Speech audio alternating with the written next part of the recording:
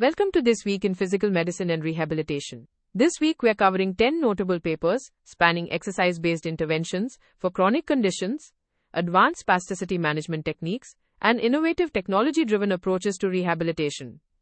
Let's dive in.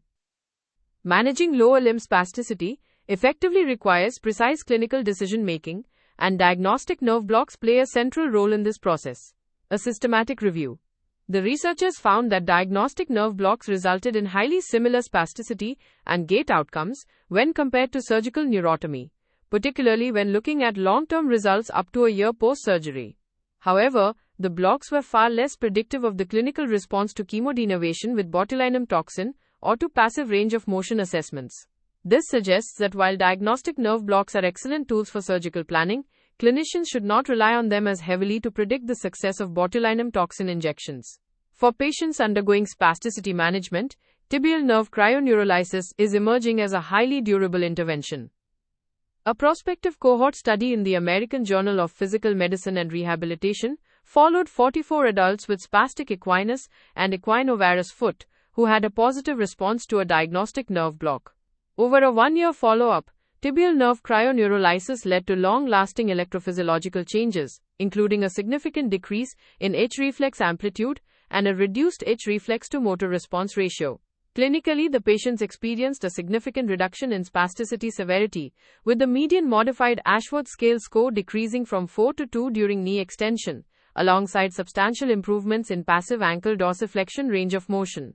This indicates that cryoneurolysis can provide a full year of spasticity relief, offering a valuable alternative to shorter-acting interventions. When working with pediatric populations, maintaining engagement during therapy is a constant challenge.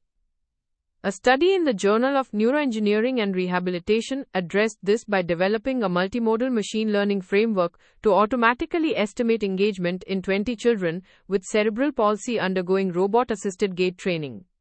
By integrating heart rate variability, facial infrared thermography, and exoskeleton-derived biomechanical features, the researchers achieved moderate classification accuracy, with an extra trees classifier yielding a macro F1 score of roughly 0.66.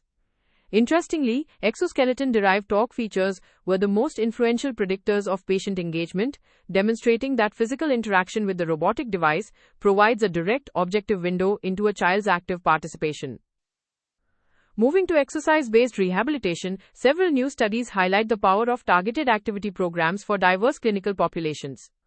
First, for prefrail older adults, a 12-week Tai Chi program can significantly alter physical trajectories in a single-blind randomized controlled trial.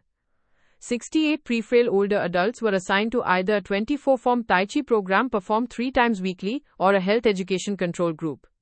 After 12 weeks, the Tai Chi group demonstrated superior functional postural stability, showing shorter timed up and go times, higher Berg balance scale, and short physical performance battery scores, and reduced center of pressure sway under both eyes open and eyes closed conditions. Furthermore, three-dimensional gait analysis revealed significant improvements in gait speed and global gait quality indices, which exploratory analysis linked to positive changes in hip kinematics and step length. This underscores Tai Chi as an accessible, highly effective intervention to reduce fall risk in pre-frail seniors. Similarly, structured exercise benefits patients with neuropathic balance deficits. A multi-center randomized trial in the American Journal of Physical Medicine and Rehabilitation evaluated moderate intensity endurance exercise in 92 adults with HIV-related distal symmetrical polyneuropathy. The exercise group completed 30-minute sessions 3 times a week for 12 weeks. Resulting in significant improvements in both balance performance and walking ability, whereas the waitlist control group experienced no changes. For localized joint rehabilitation, blood flow restriction training is showing promise for chronic ankle instability. A meta-analysis of 9 trials in PM&R found that blood flow restriction training led to significant improvements in balance, ankle strength, specifically during foot abduction and adduction, and patient-reported stability. Although the analyzed studies primarily reported short-term outcomes and exhibited substantial heterogeneity, the findings support blood flow restriction as a viable rehabilitation adjunct that minimizes joint stress. Finally, when cardiorespiratory and metabolic fitness are the primary goals, high-intensity interval training or HIIT is proving superior to traditional approaches. A systematic review and meta-analysis of 62 trials in clinical rehabilitation evaluated HIIT in over 2,000 adults with type 2 diabetes. Compared to no exercise, HIIT increased peak oxygen consumption by over 4.5 milliliters per kilogram per minute and reduced glycosylated hemoglobin by 0.7%. Notably, when compared directly to moderate intensity continuous training, had still yielded a small but statistically significant advantage, improving peak oxygen consumption by over 1 milliliter per kilogram per minute and further reducing glycosylated hemoglobin by 0.12%, alongside improvements in blood pressure and lipid profiles. Our final theme focuses on post-acute care transitions, self-management technologies, and global systems of care. Transitioning home after an acute hospital stay is a highly vulnerable period for survivors of traumatic brain injury. A prospective cohort study in the Archives of Physical Medicine and Rehabilitation followed 51 younger adults with traumatic brain injury during the first 8 weeks post-discharge. While physical health-related quality of life scores improved significantly over the 8 weeks, with better physical recovery associated with male sex and less severe initial injuries, mental health-related quality of life scores did not improve significantly. This flat trajectory in mental health highlights a critical gap in early post-acute care, suggesting that rehabilitation programs must actively integrate psychological and cognitive support during the immediate transition to community living.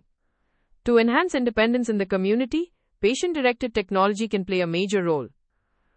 A pilot feasibility study in the Journal of Spinal Cord Medicine investigated the use of a handheld bladder ultrasound device connected to a smartphone or tablet for 9 individuals with spinal cord injury, performing clean intermittent catheterization.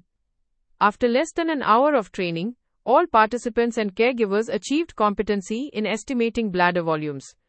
Using the ultrasound device to guide catheterization decisions resulted in a significant reduction in daily catheterizations, decreasing from an average of 5.5 to 4.5 per day, without any changes in fluid intake or catheterized volumes.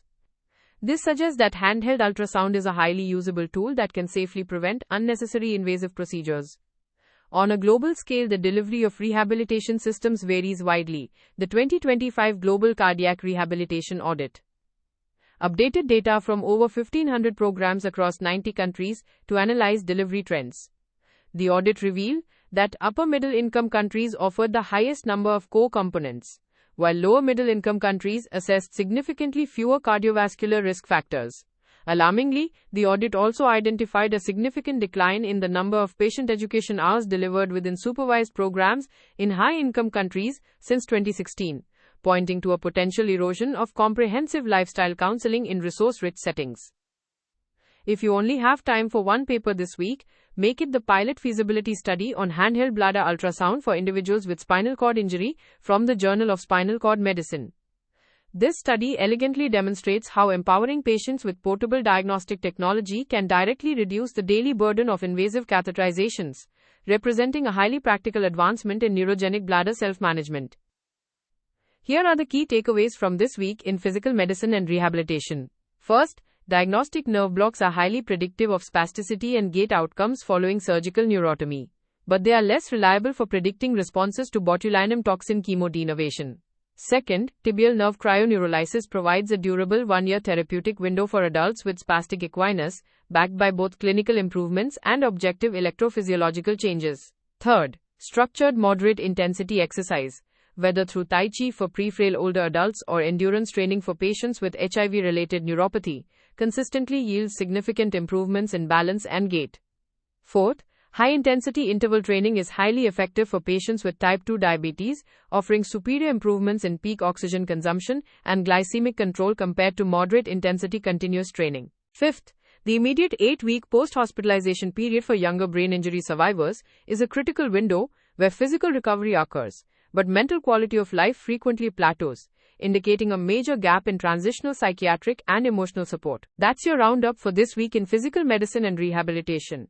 The full transcript and references are available on the episode page in your Audio Scholar library. This is an AI-curated summary. For clinical decisions, always consult primary sources and current guidelines. See you next week. If this weekly briefing is useful, follow the show in your podcast app so new episodes arrive automatically. And for audio briefings on your own clinical questions and papers, visit audioscholar.cc. This is an automated summary generated by artificial intelligence, which can make mistakes. Always review the original source materials.